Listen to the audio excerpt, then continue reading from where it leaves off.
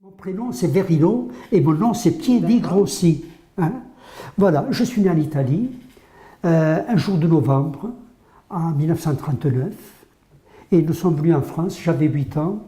Le 13 décembre 1947, nous avons débarqué dans la neige, la glace, le froid, avec 2 seaux, dans une maison qui nous était donnée par Péchinet, parce que Péchinet, c'était la plus grande industrie de la région et qui avait un comité d'établissement puissant et généreux. Donc nous avions une maison à notre disposition, des couvertures, un poêle qui nous attendait, donc ce qui fait qu'on a pu commencer notre vie en France normalement presque.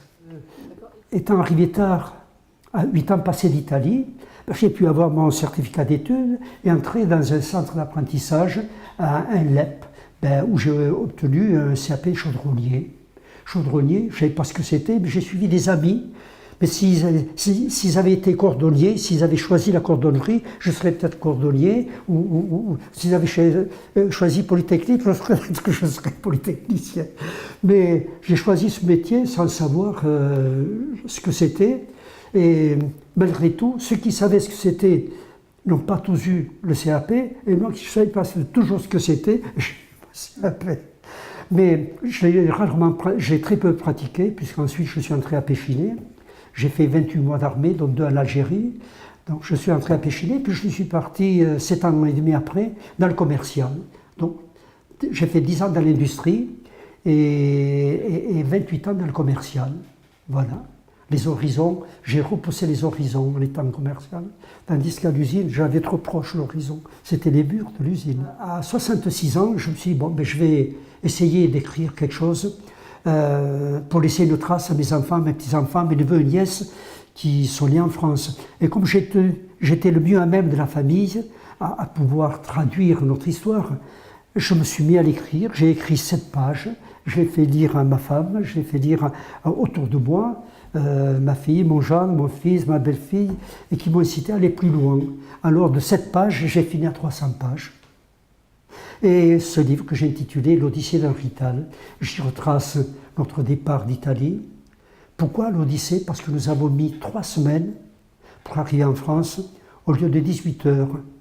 D'où l'Odyssée d'un Rital, que je ne vous détaillerai pas, ce serait trop long. Je viens d'écrire mon 6e livre, nous en parlerons peut-être tout à l'heure, que j'ai titré La stupéfiante fenaison. Mais l'Odyssée d'un Rital reste ma locomotive. Et les autres livres, ce sont des wagons. Alors j'ai mis la même passion, mais l'Odyssée d'un Rital, parce que c'est une autobiographie, par nature, c'est plus émouvant, c'est plus attachant, on se reconnaît dans cette histoire. Que l'on soit français de souche, que l'on soit espagnol, venu d'ailleurs, de qui que ce soit. Et je voulais arrêter d'écrire et reprendre les concours de belote et de pétanque.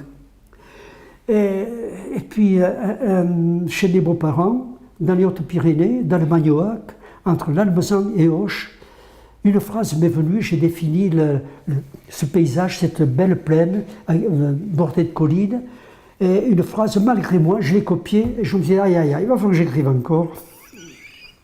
Mais quoi écrire, puisque je n'avais que cette phrase. Alors pour tous les autres livres, je savais où j'allais, je connaissais le sujet. Mais là, rien du tout. J'ai créé les personnages et puis je me suis contenté de les suivre. Mais je les ai suivis pendant 3 ans. C'est le seul que j'ai écrit en 3 ans.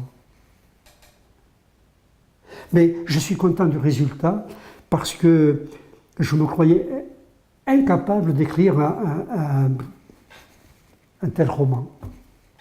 J'ai imaginé, dans cette route qui relie Auch à l'Almezan, dans cette plaine, un croisement, un abribus, une voiture qui arrive, à fume, bien sûr, hein, comme une fusée, et le passager descend, précipitamment il va déposer 2 valises derrière l'abribus, et la voiture repart.